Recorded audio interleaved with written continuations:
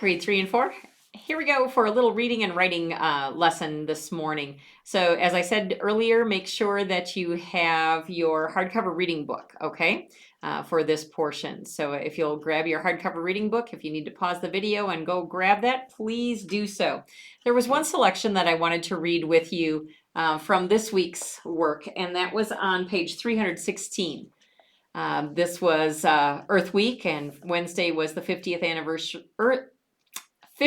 anniversary of Earth Day. And so sometimes we think about how we take care of our planet, but this here also talked about how we can help people on our planet, and that's important as well. And so as soon as you're ready, I'm going to read with you Homes for Families by Angel Garcia. And again, I'm reading on page 316. If you're not there, would you please pause the video and grab your hardcover reading book and join me on page 316, okay? All right, everyone needs a home, but finding one can be difficult. The cost of buying a home is often very high, and so is the cost to rent a place to live by the month. One solution to the problem. A group called Habitat for Humanity helps provide homes for needy families. Habitat for Humanity's work is true to its name. Habitat means home, and humanity means people. This organization works with families to help them build comfortable, low-cost homes of their own. How Habitat for Humanity works. Habitat for Humanity is made up mostly of volunteers who work for free because they like to help other people. Families who need homes can contact the group. The group then chooses deserving families and helps them build a home. Before the families get help building their own homes, they must help build homes for other families. That sounds like a good idea. And here we have the caption for the picture below. Volunteers work on a Habitat for Humanity home in LaGrange, Georgia. And we turn the page, and here's another caption. The hard work of many people is needed to build a home. And here we have a picture of former President Jimmy Carter helps build a Habitat for Humanity home. All over the world, Habitat for Humanity builds homes in many places besides the United States. Their work can also be seen in other countries such as Thailand, South Africa, and Guatemala. In each country, the houses are built from materials that are available nearby. That makes it easier for families to keep their homes in good shape and for the homes to look as if they fit into the neighborhood. Neat. Have you ever heard of Builders for Christ?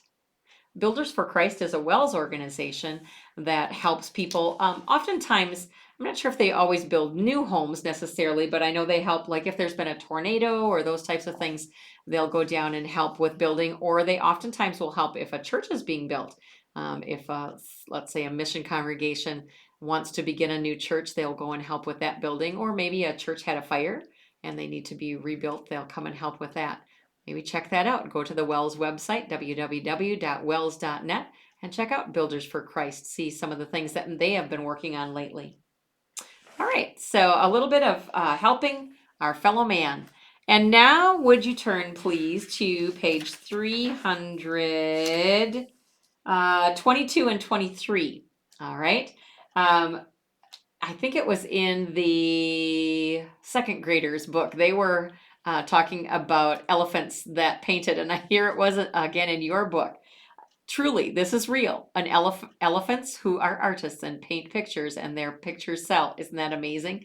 Maybe your dog or cat or gerbil or hamster or goat can do a painting and you can sell it as well. We're going to be skipping over Max the Amazing Hamster. You certainly can read it if you like, and the chapter that is an excerpt from Charlotte's Web. What a great book to read. If you haven't already read it, that's a great one to read. Maybe for your May AR goal, you might want to read Charlotte's Web by E.B. White. It's really a good book. But we're going to be skipping that story, okay? And so, but there was one really cool article that went with it that I wanted to share with you. I didn't want you to miss that part of it. So will you turn in your book to page 340? And here we have a little article about, do animals have personalities? And there's some kind of neat things in here too that I wanted to share with you. So, do animals have personalities? By Patricia West. Remember, if there's any time that you need to pause the video to get to the right spot, please do so. Everyone has a personality or a unique way of acting and thinking. One person might love to run and jump. Another may prefer to sit and think. Your next door neighbor could be very shy, but your cousin may be friendly to everyone. Each of these people has a different personality. Animals also have personalities. Scientists study their behavior or the way they act in order to learn more about them. Here are 3 individual animals that have special personalities. And at the top of page 341, what a bell can tell. A cat named Phoenix doesn't need anyone to open doors for him. When he wants to go out, he just pushes a special doorbell. The doorbell's inventor thought that many people would rush to buy cat doorbells, but few have been sold. That may be because not many cats have the same independent personality as Phoenix. Now, here's kind of a neat activity to do if you have a cat. I don't know if it would work on a dog at all, but this is the one they have for a cat. You know, you Google anything, you can see how to tell if a dog is left pawed or right pawed. I'm sure there's a way to do that as well. But here's this little experiment. And if you have a cat, I think it'd be fun to try.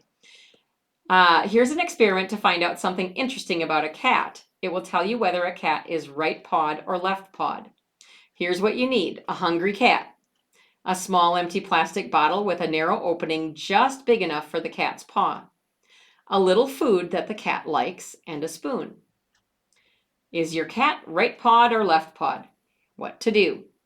Use the spoon to put a little cat food in the bottle. Put the bottle on its side near the cat.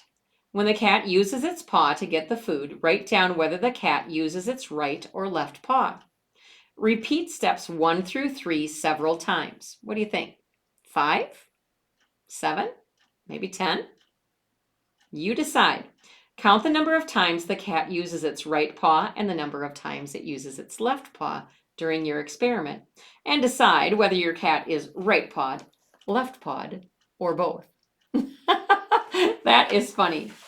Oh, goodness. Turn the page for pumpkin play.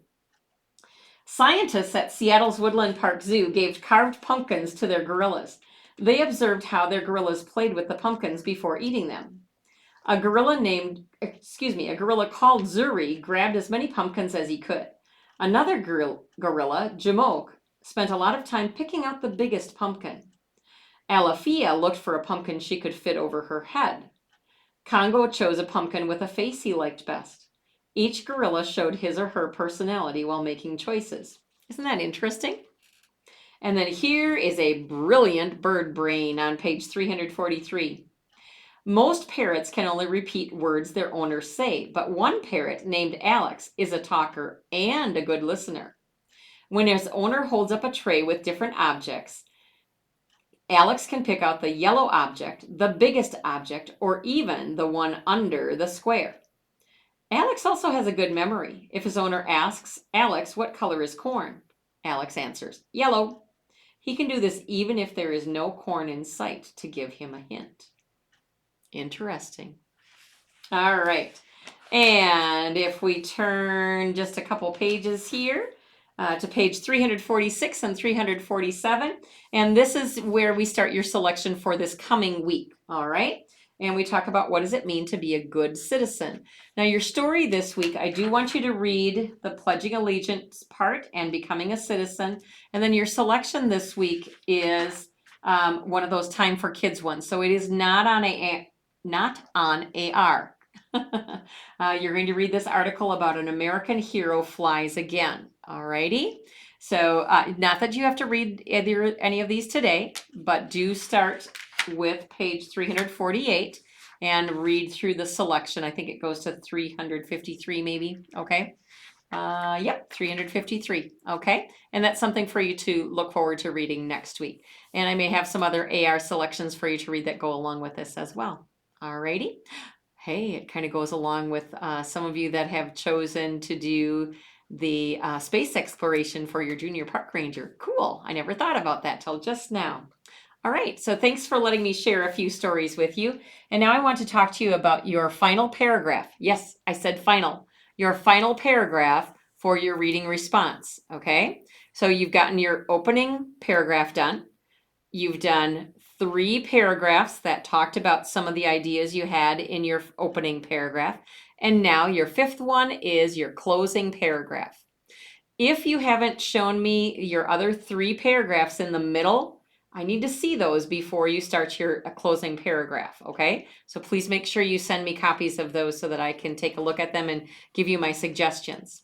So for your closing paragraph today, what I need you to do is wrap it all up. So again, you kind of tell them what you told them. Let's see. I don't want to give each of you a specific answer, but you bring back some of the same ideas that you had in your opening paragraph. Don't say it again word for word, but you talk about the specific characters that you thought were important. You talk about why this is such a good book. You put your feelings into it. Why do you think someone else should read this story? Okay. Who would it appeal to?